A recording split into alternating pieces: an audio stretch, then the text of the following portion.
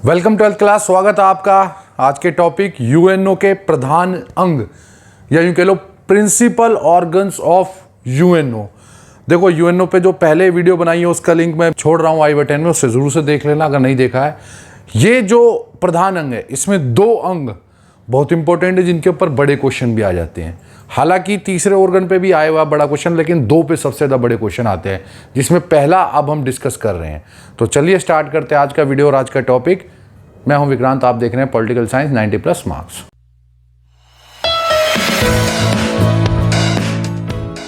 तो 12th class UNO के प्रधान अंग या प्रिंसिपल ऑर्गन में पहला है महासभा, जनरल असेंबली। 12th क्लास ही से पहले मैं ये टॉपिक स्टार्ट करूं, एक छोटी सी रिक्वेस्ट करना चाहूंगा। क्या है ना, जहां मेरा घर जिस जगह पे लोकेटेड है, सिचुएटेड है, यहां पर अगर मैं दिन में रिकॉर्डेड करूं तो हॉर्न आते हैं, कोई रोक नहीं सकता, बिल्कुल रोड पे है। और रात को यहाँ कुत्ते भौंकने लग जाते हैं। मैंने दोनों तरफ से ट्राई कर लिया, लेकिन कुछ ना कुछ छोटी मोटी प्रॉब्लम आती है। तो मैं आपको सॉरी बोलता हूँ और थोड़ा सा एडजस्ट करने के लिए रिक्वेस्ट करता हूँ। तो थोड़ा सा एडजस्ट कर लेना। काफ़ी हद तक कोशिश करता हूँ कि दोबारा पॉइंट बनाऊँ और दोबारा सब कुछ बोलूँ, तो थोड़ा सा प्लीज़ एडजस्ट कर लेना। तो चलिए स्टार्ट करते हैं। आज का पहला ऑर्गन या पहला प्रिंसिपल ऑर्गन या प्रधान अंग महासभा या जनरल असेंबली ऑफ यूएनओ। तो सबसे पहले महासभा जनरल असेंबली का फॉर्मेशन या रचना को समझ लेते हैं कि किस प्रकार ये बनती है, इसकी फॉर्मेशन कैसे होती है। सभी राष्ट्र जो यूएनओ के सदस्य हैं, all nations which are members of UNO, देखो जो भी यूएनओ का सदस्य होगा या मेंबर कंट्री, राष्ट्र या नेशन होगा, वो महासभा के भी सदस्य होंगे या होते हैं। हर वो नेशन, राष्ट्र, कंट्री जो यूएनओ की सदस्य या मेंबर है, वो महासभा या जनरल असेंबली का भी मेंबर या सदस्य है। मतलब अगर अब यूएनओ में 193 मेंबर्स हैं तो महासभा के भी सेम 193 मेंबर्स रहेंगे। मतलब जो भी यूएनओ में आ गया वो ऑटोमेटिक अपने आप महासभा का सदस्य भी या मेंबर भी बन गया। अब इसकी दूसरी और सबसे इंपॉर्टेंट बात, शायद कोई नहीं बता रहा होगा, लेकिन ये बहुत इंपॉर्टेंट है, काम आती है बहुत आगे। प्रत्येक सदस्य राष्ट्र, एवरी मेंबर नेशन, जो भी इसका सदस्य बन गया है महासभा का या यूएनओ का, वो तो अब एक ही बात हो गई, अपने अधिकतम मैक्सिमम, अधिकतम मतलब मैक्सिमम 5 रिप्रेजेंटेटिव या 5 प्रतिनिधि यूएनओ में भेज सकता है, या यूं कह लो महासभा में भेज सकता है।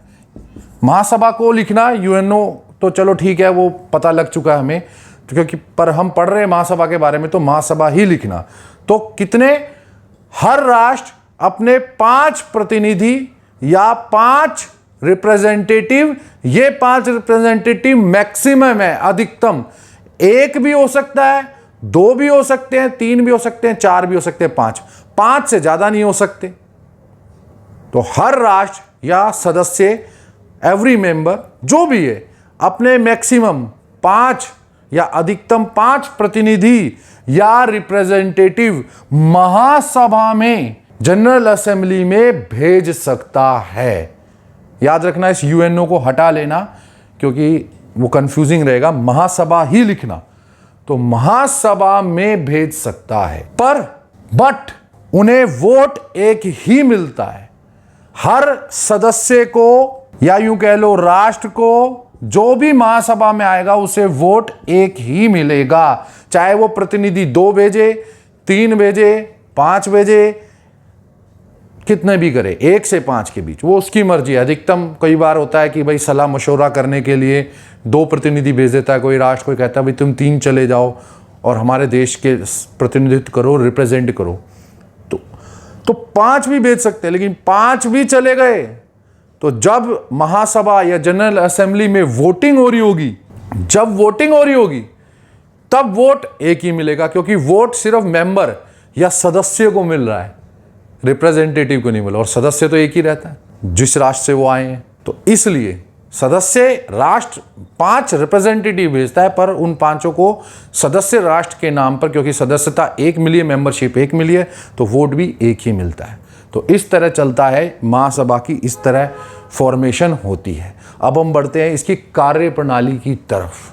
तो 12th क्लास, महासभा को, जनरल असेंबली को यूएनओ की आम सभा, आम सभा देखो, आम मतलब जनरल, आम मतलब जनरल, जनरल असेंबली इंग्लिश में तो यही रहेगा, लेकिन संसद भी बोला जाता है, पार्लियामेंट भी बोला जाता है। तो हिंदी मीडियम इंग्लिश मीडियम दोनों याद रखें कि महासभा को ही यूएनओ की आम सभा या संसद या यूं कह लो जनरल असेंबली या पार्लियामेंट भी बोला जाता है।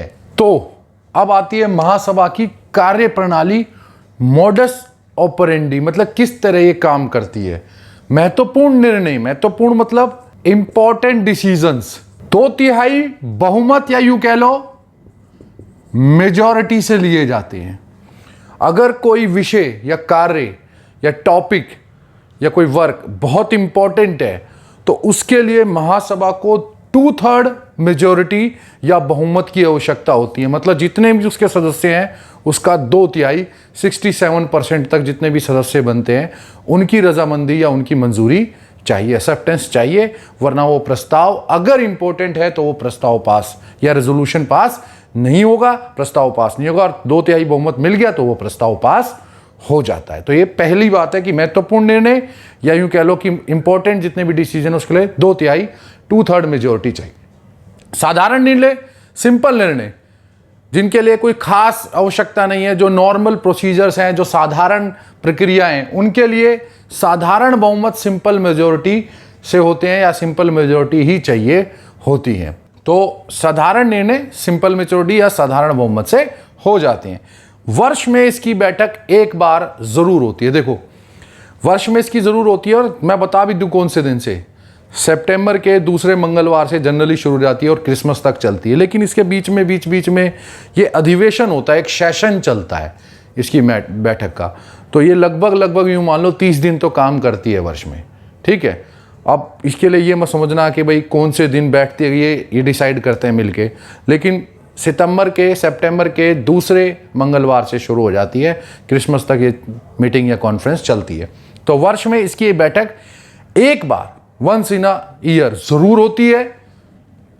उसके दिन भी बता दिया आपको, लगभग 30 दिन तो चलती है, लेकिन उससे ज़्यादा भी चल सकती है, टाइम काम के ऊपर है किसका होता नहीं होता, और कब से चलती है ये भी बता दिया।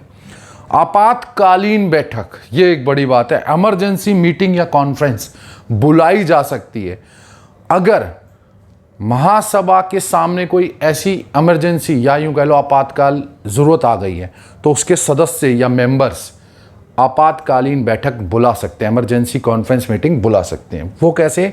महासभा साधारण बहुमत से, याद रखना, साधारण बहुमत से महासभा या जनरल असेंबली सिंपल मेजोरिटी से अगर अपना प्रस्ताव पास कर दे, वे जो नेशंस या वो सदस्य या राष्ट्र या कंट्रीज जो महासभा के सदस्य हैं, अगर वो सब मिलके सिंपल मेजोरिटी से, सिंपल मेजोरिटी बैठक तो हो नहीं रही है, तो वो खुद ही अपना लेटर भेजकर सीधा यूएनओ में भेज दे या यूएनओ के महासचिव को, तो उनकी इस प्रस्ताव से या यूं कह लो रेजोल्यूशन से, उनकी मंजूरी से महासभा की इमरजेंसी बैठक, आपातकालीन बैठक या मीटिंग या कॉन्फ्रेंस बुलाई जा सकती है। इसका दूसरा तरीका भी है, सुरक्षा परिषद, सिक्योरिटी काउंसिल।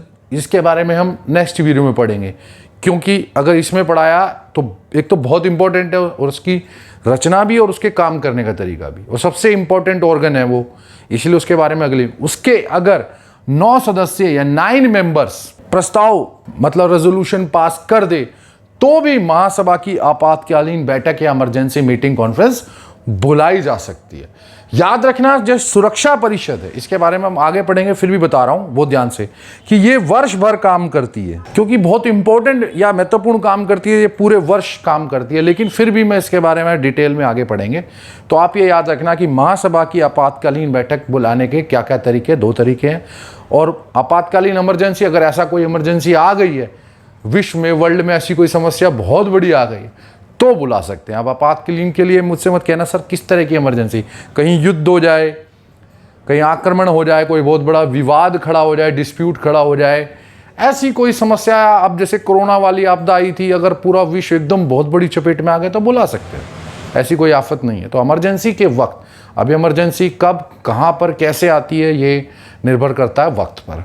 तो अब बढ़ते हैं इसके कार्य और शक्तियों की तरफ, या महासभा के कार्य और शक्तियों की तरफ। तो महासभा के कार्य और शक्तियां या जनरल असेंबली के वर्क्स एंड पावर्स, देखो क्योंकि ये बहुत इंपॉर्टेंट है और इस टॉपिक पर आपका 4 नंबर का क्वेश्चन तो बहुत ज़बरदस्त बन सकता है और कई बार बना भी है, इसलिए मैं इनको एक एक कार्य को शक्तियों को बहुत आराम से समझा रहा हूँ।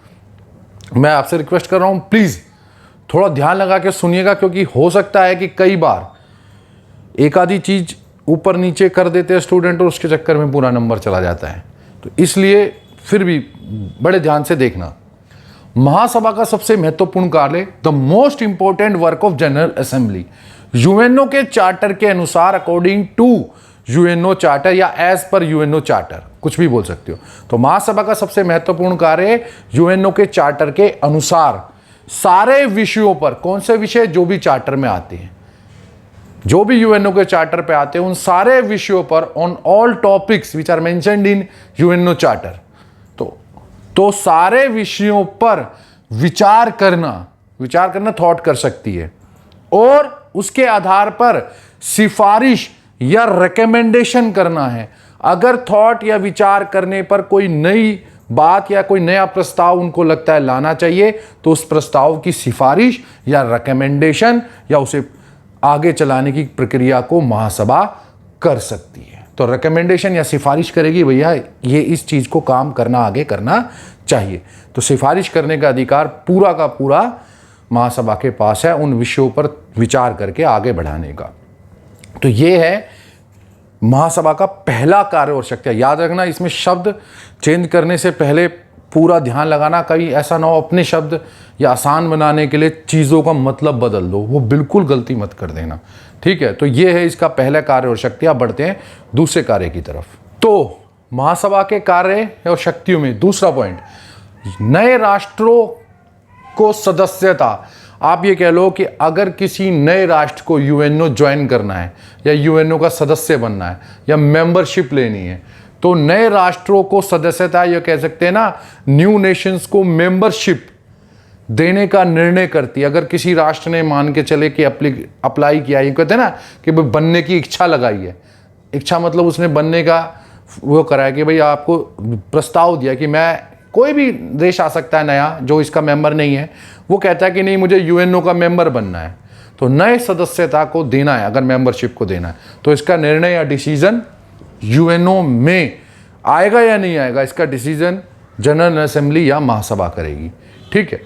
और अगर किसी राष्ट्र की सदस्यता को समाप्त करना है, टर्मिनेट ही कर देना है, अगर किसी राष्ट्र ने यूएनओ के चार्टर के नियमों को या रूल्स को फॉलो नहीं किया है, उनका उल्लंघन किया है, तो ऐसा करने पर अगर महासभा बैठक में फैसला करना चाहती है, हालांकि इसके लिए बहुत टफ प्रोसीजर है कि पूरे 2/3 बहुमत से प्रस्ताव पास हो, जो बहुत मुश्किल हो जाता है काफ़ी हद तक, लेकिन अगर उसे टर्मिनेट करना है, हटाना है, समाप्त करना है, तो इसका निर्णय या डिसीजन भी महासभा ले सकती है, याद रखना, लेकिन प्रोसीजर बहुत मुश्किल है, ठीक है। तो इसलिए ये है इसका दूसरा कार्य और शक्तियाँ। इसे बड़े ध्यान से एक चीज़ को याद रखना, नए सदस्य को अगर मेंबरशिप या सदस्यता लेनी है नए राष्ट्र को, तो भी महासभा निर्णय लेगी, और उसे टर्मिनेट या समाप्त करना है तो भी महासभा लेगी। अब बढ़ते हैं नेक्स्ट पॉइंट, या यूं कह लो नेक्स्ट कार्य और शक्तियों की तरफ।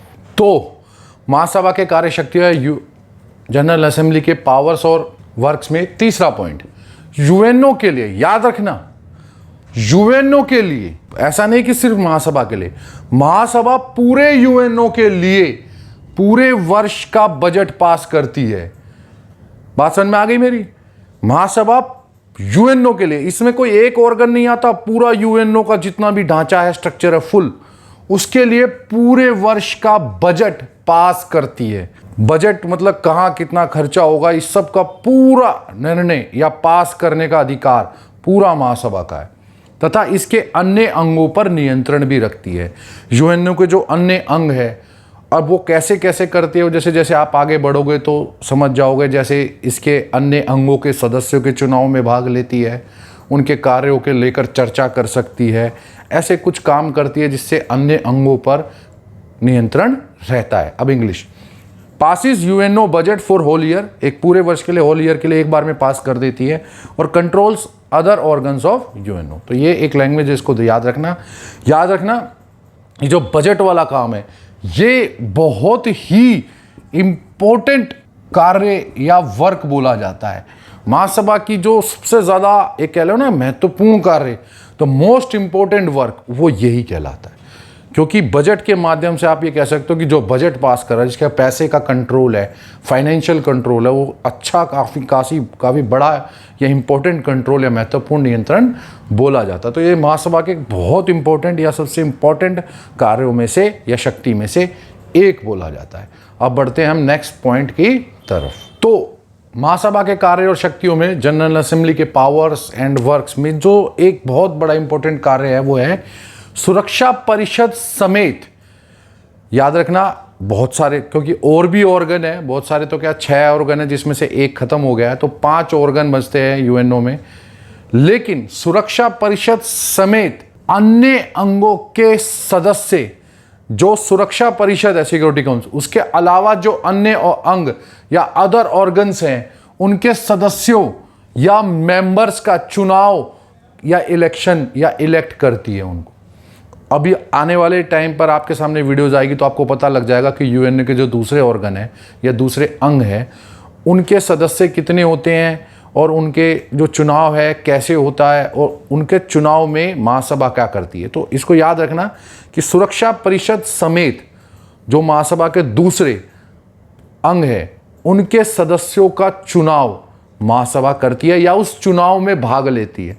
याद रखना, जरूरी नहीं अकेले महासभा, कुछ में सुरक्षा परिषद भी लेती है भाग, कुछ में महासभा के साथ सुरक्षा परिषद भाग लेती है तो उसमें वोटिंग होती है। तो इसमें इतना याद रखना, महासभा भी भाग लेती है अन्य अंगों के सदस्यों के चुनाव में, तथा सहयोग बढ़ाने के लिए, ताकि जो मेंबर्स हैं यूएनओ के, जो पूरे मेंबर्स हैं, उनमें सहयोग कोऑपरेशन बढ़ाने के लिए महासभा सुझाव भी दे सकती है। मतलब including security council, members of other organs, जितने भी अन्य अंगों के मेंबर्स हैं, सदस्य हैं, उनके इलेक्शन में यूएनओ में जितने भी इलेक्टेड बाय जनरल असेंबली, या तो वो इलेक्ट करती है महासभा, चुनाव करती है, या उस चुनाव में भाग लेती है। याद रखना, जरूरी नहीं है कि सब कुछ ही महासभा के हाथ में सारी शक्तियां चुनाव की, लेकिन भाग भी लेती है और चुनाव भी करती है। किसी किसी जगह पर पूरी शक्ति ही चुनाव की महासभा के पास है, किसी में वो सुरक्षा परिषद के साथ मिलकर चुनाव करती है। To increase cooperation general assembly can give suggestion, मतलब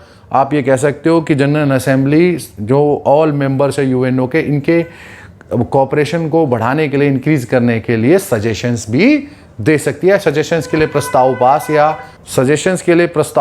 सजेशन दे सकती है, रेजोल्यूशन पास कर सकती है। तो 12th क्लास आपके सामने ये था महासभा का एक ऑर्गन, पहला ऑर्गन जनरल असेंबली, महासभा। याद रखना बहुत इंपॉर्टेंट है। अगर इसमें 1 नंबर का से लेकर 4 नंबर तक के क्वेश्चन कई बार आए हैं, 6 का तो खैर मेरे सामने नहीं आया, पर 4 तक के तो बहुत बार आए हैं। इसलिए इसको बहुत ठीक से, इसकी रचना, इसकी कार्यप्रणाली, इसके कार्य और शक्तियाँ, ये तीनों बहुत ढंग से समझ लेना। कोई डाउट हो तो मैं हूँ, मुझसे ज़रूर पूछना, लेकिन इनके ठीक से नोट्स बनाकर अच्छे से इसको याद कर लेना, अच्छे से पढ़ लेना। अगले में हम पढ़ेंगे इसका सबसे महत्वपूर्ण ऑर्गन सुरक्षा परिषद। तब तक के लिए आप इंतज़ार करिए मेरी अगली वीडियो का। मैं हूँ विक्रांत, आप देख रहे हैं पॉलिटिकल साइंस 90+ मार्क्स।